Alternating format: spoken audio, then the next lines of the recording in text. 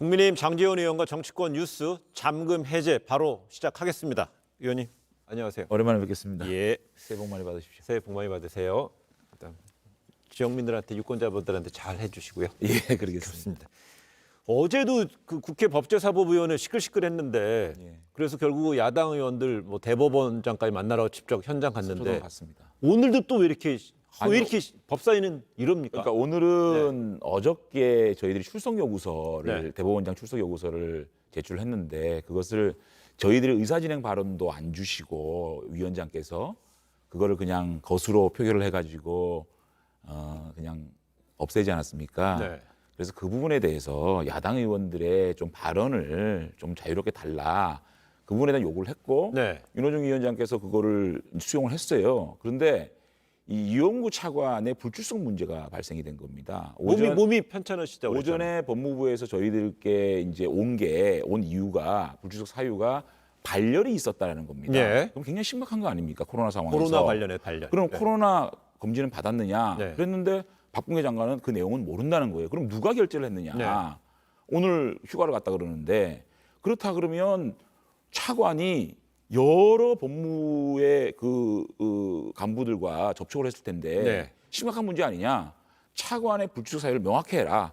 그래가지고 지금 정해 중에 있는 겁니다. 그러니까 결국 이제 그 상임위원장이 그 증인으로 출석하는 사람에 대해서는 출석이라든지 불출석을 허가해 주잖아요. 그렇습니다. 그리고 나서 이제 최종적으로는 이제 발열이 있어서 이용구 차관은 아마 곧 코로나 검사를 받으러 갈 것이다라고 이제 윤호중 위원장이 이제 정리를 했네요. 알겠어요. 그렇습니다. 예, 그렇게 하겠습니다. 그런데요. 예. 그 만약에 그 발열이 아닌데 네. 불출석했다고 하면 그건 거짓말 불출석이잖아요. 아니 검사 받으러 간다고 네, 그랬으니까 그거는 분명히 해야 이 됩니다. 의료 방역 당국에 뭐 예. 자료가 있겠죠. 근데 제가 볼 때 오늘 법제사법위원회 박범계 장관이 출석을 한다고 그러니까 국민의힘에서는 상당히 좀 뭐 준비를 많이 했을 것 같아요. 그런데 정작 왜 그 주인공인 박범계 장관한테 질문 안 하고 어제 있었던 오늘까지 이어졌던 대법원장 출석 요구서 문제 가지고 이슈를 삼았어요. 아니요. 코로나 방역은 굉장히 중요한 예. 문제고 만약에 그 이용구 차관이 코로나가 확진이 된다고 하면 장관도 문제고 거기다 온 국장도 다 문제지 않겠습니까? 그런 차원에서 지금 정해가 된 상황이고요. 네. 사실 뭐 법무부 장관 오늘 나오는데 뭐 저희들이 벼르고 뭐 이런 건 아니고요. 네. 워낙 법무부에서는 사고를 많이 치니까 준비할 것도 없어요.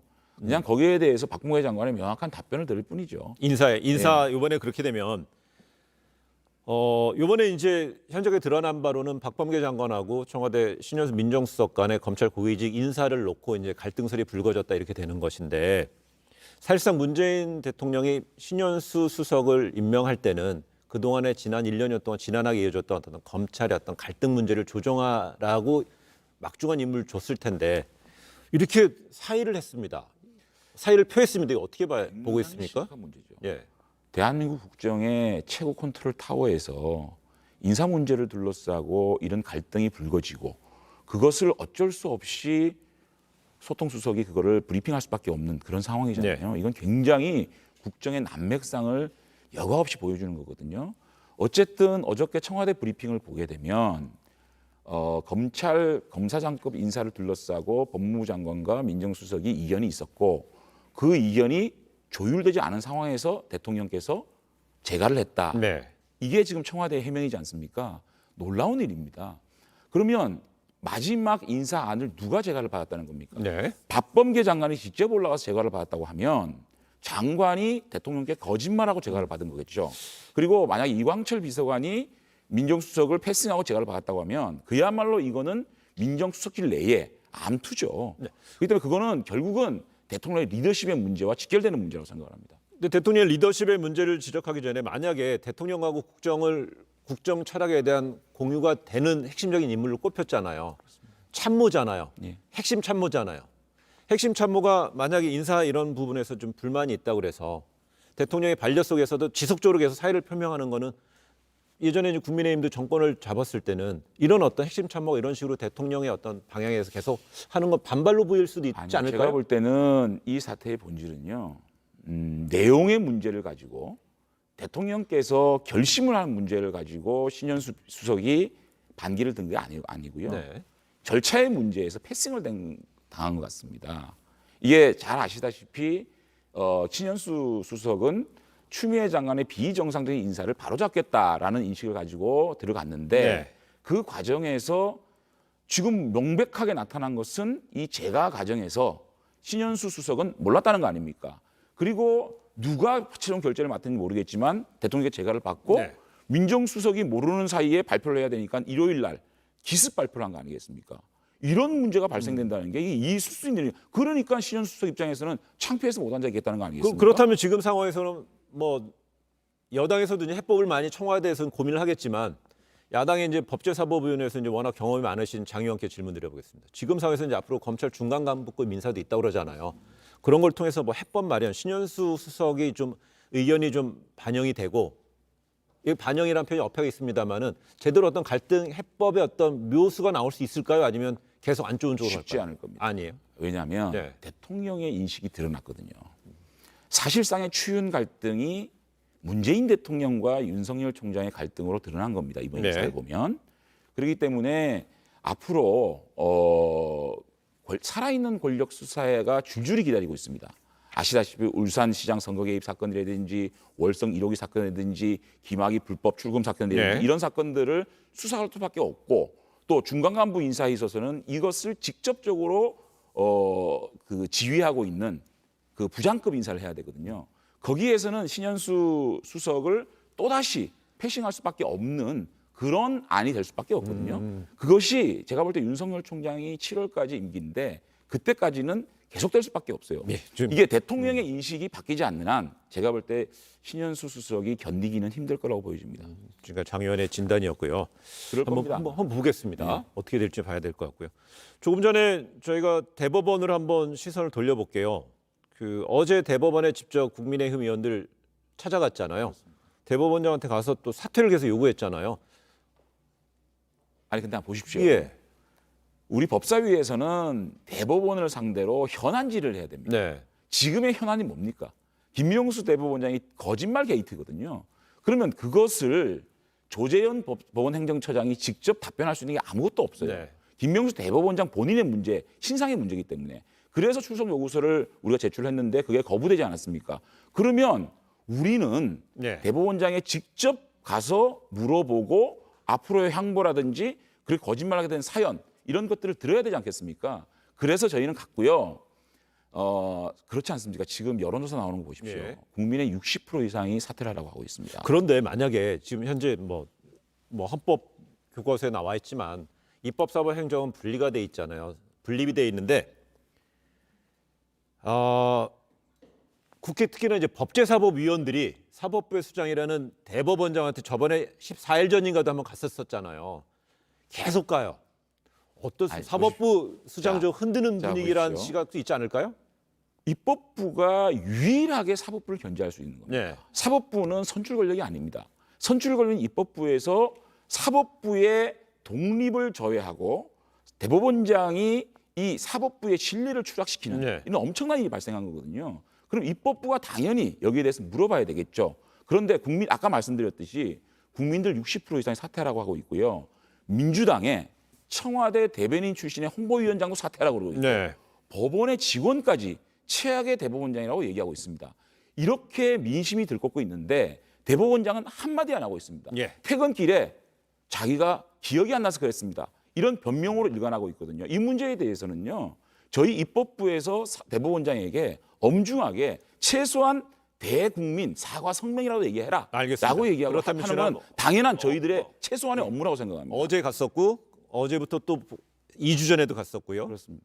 앞으로도 그럼 또 대법원 또 찾아 항의 어저께 갔을 때 사퇴는 극구하지 않겠다라고 예. 못을 박았지만 저희들이 나오면서 국민들에 대한 도리가 사과는 해야 될 게 아니겠느냐, 정식 사과는 해야 되지 않겠느냐고 여쭤봤을 때 고려해 보겠다 그랬습니다. 그래서 그런 부분들을 저희들이 한번 기다려 보겠다는 겁니다. 알겠습니다.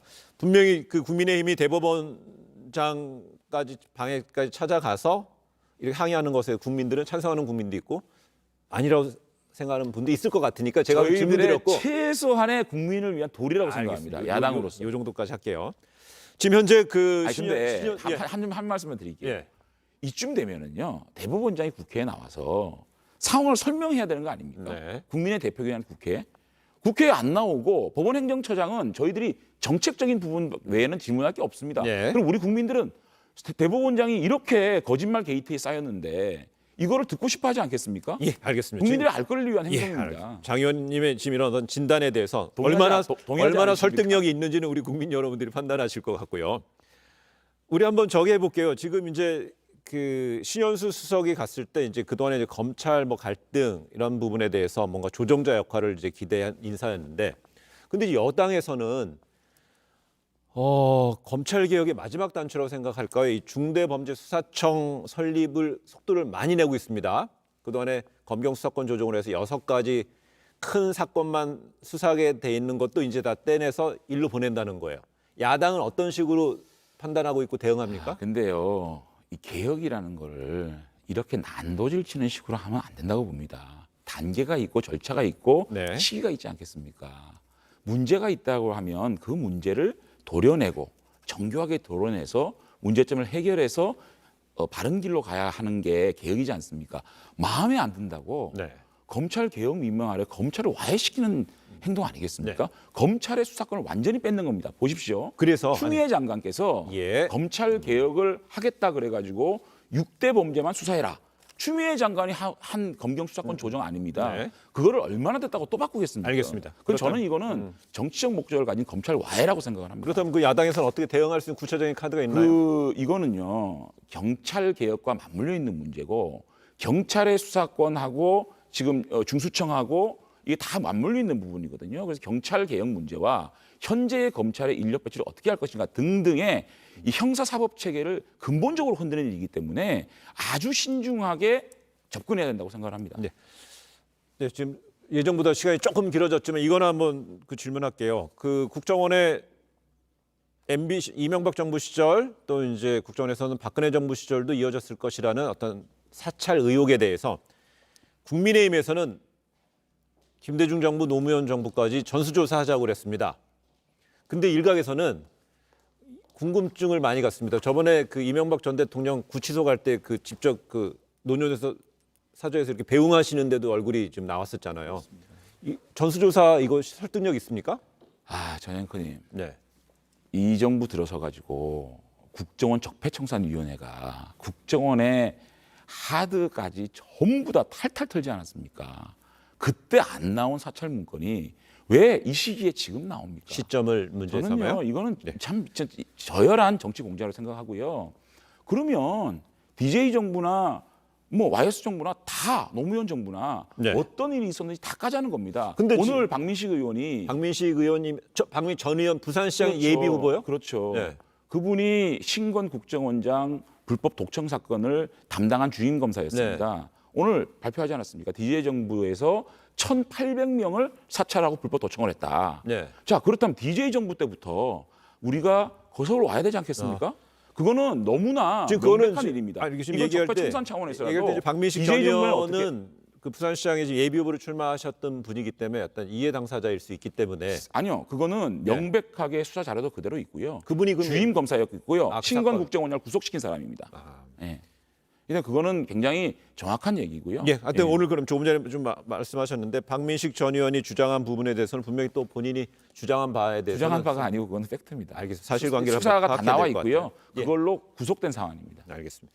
네, 지금까지 국민의힘 장제원 의원과 뉴스온 인터뷰 여기까지 하겠습니다. 오늘 자리 감사하고요. 네, 고맙습니다. 내일 이 자리에는요, 시청자 여러분, 그 더불어민주당의 청와대 전 대변인 고민정 의원이 이 자리에 꼭 똑같은 자리에 나와서 인터뷰하도록 하겠습니다. 그 오늘 인터뷰 여기서 마치겠습니다. 예, 고맙습니다. 네.